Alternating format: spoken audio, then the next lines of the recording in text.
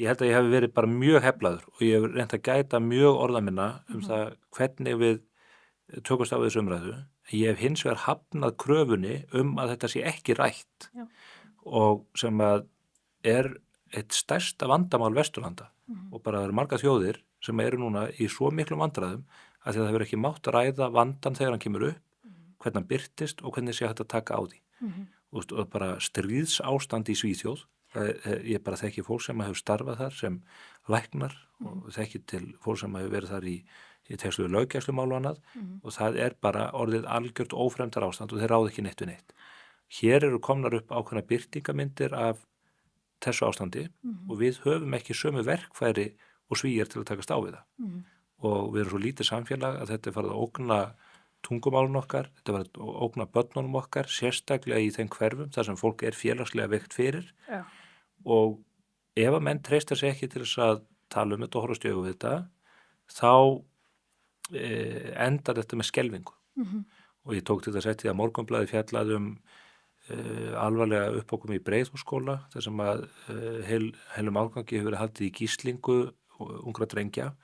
Morgunblaðið flettu ofan að því að hluti vandans séu samskipti við heimili og að þar sé menningarlegur munur að hafa áhrif. Já. Þar sé að konur hafa ekki umboð til að taka ákvarðanir fyrir börnin sín og viðhorf til kvenna sem af því leiðir smitast inn í skólana, bæði gagnvart kennurum og samnemendum.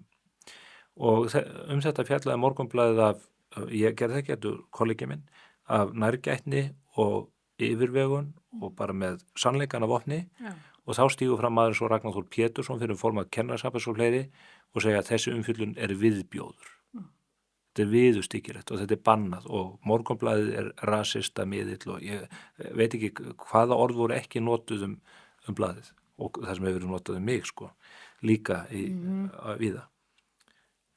Þetta blasir við. Og við erum að horfa upp á þessar aðstæður og það eru fórnarlömb í þessum aðstæðum sem eru Íslendingar og ég sit bara ekkert undir því. Þá má bara kalla mig þeim ljótu orðin sem að mig vilja. Já, og er ekki líka oft í ákveðnum trúarbrögðum, þá er mamman, hún hefur ekkert mikið vægi gagnvart sonum sínum. Er það ekki líka þannig? Bara í Íslam er það mjög útbreitt, mjög víða og sérstaklega í þeim ríkjum sem við erum að taka við fólki frá að konur njóta bara ekki mannréttinda. Ég þekki strák sem að á múslimskan föður sem að býr erlendis, hann býr hér á Íslandi og er til þess Íslending og fóstur mamma hans úti. Hún fer ekkert á kaffihúsið út í búð án þess að vera fylgd með karlmanni. Annarkoð syni sínu með eiginmann. Hún má það ekki.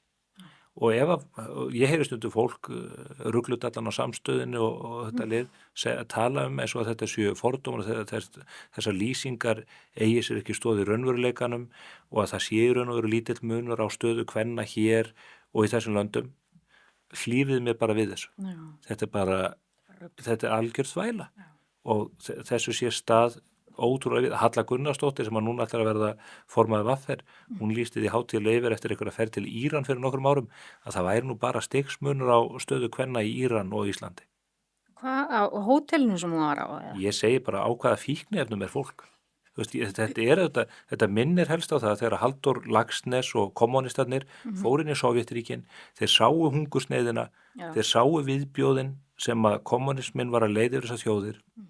Þeir komu heim og skrifuðu bækur og greinar það að sæluríki Stalins væri nú eitthvað sem við ættum að fylgja.